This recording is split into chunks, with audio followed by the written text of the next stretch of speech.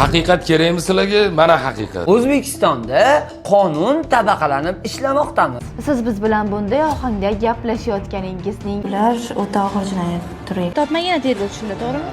Nimaga qochyapsiz? Bunaqa modda bilan nima qo'yilsa ham ochiqlikda yurishi mumkin. Qamoqda turasiz, qo'l So'nggi vaqtlarda ijtimoiy bloklarda o'zining qo'shtirnoq ichidagi o'tkir chiqishlari bilan mashhur bo'lib borayotgan Taftish.uz ommaviy axborot vositasi xodimlari Toshkent shahar Ichki ishlar bosh boshqarmasi tomonidan O'zbekiston Respublikasi Jinoyat kodeksining 165, ya'ni tovlamachilik hamda 168 firibgarlik moddalari bilan ayblanib, protsessual tartibda ushlanganligi ma'lum qilindi.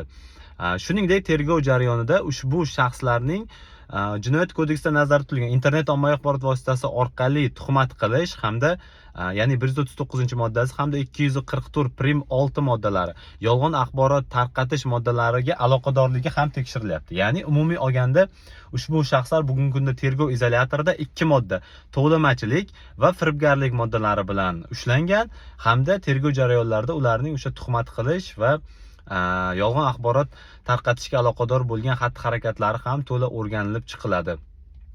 Umumiy olganimizda nima uchun tovlamachilik bilan ayblanishi mumkin?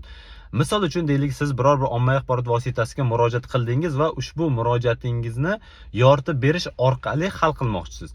Bunaqangi holatlarda ommaviy axborot vositalari sizdan pul talab qilgan bo'lishi mumkin. Bunaqa holatlarda ham aynan o'sha ommaviy axborot vositalariga nisbatan tovlamachilik moddasi qo'llanishi mumkin. Shuningdek, firibgarlik moddasi.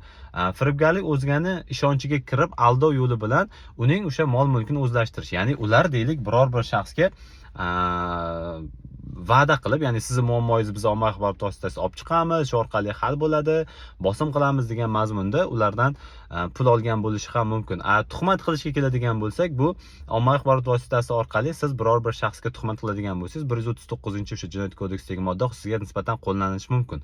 Xo'p, 244 prim 6 moddasiga keladigan bo'lsak, bu biror bir shaxsni obro'sizlantirish maqsadida yolg'on axborot tarqatish moddasi hisoblanadi. Ya'ni meni o'zim ham shaxsan ularning bir nechta videosiga ko'zim tushdi va umuman jurnalistik etiketga to'g'ri kelmaydigan yondashuv, shuningdek ma'lum bir o'sha harbiylashtirilgan tashkilotlar, huquqni muhofaza qiluvchi organlarda murojaat qilish tartibini buzish harakatlari ham juda ham ko'p marotaba ko'zga tashlangan. Umumiy olganimizda bu umuman jurnalistika, ommaviy axborot vositalari to'g'risidagi qonunchilikka ham to'g'ri keladigan xatti-harakatlar emas. Juda ko'p holatlarda ularni ishlatayotgan so'zlari-yu, o'zini tutishi yoki bo'lmasam davlat organ tashkilotlariga murojaat qilish usullari bu birinchidan shaxsiy daxlsizlik huquqi bilan bog'liq, ikkinchidan tergov siri bo'lishi mumkin, uchinchidan maxsus rejimli obyektlarga to'g'ridan-to'g'ri kamera bilan kirib borish imkoniyati yo'q. Bunga hech bir qonun ruxsat bermaydi.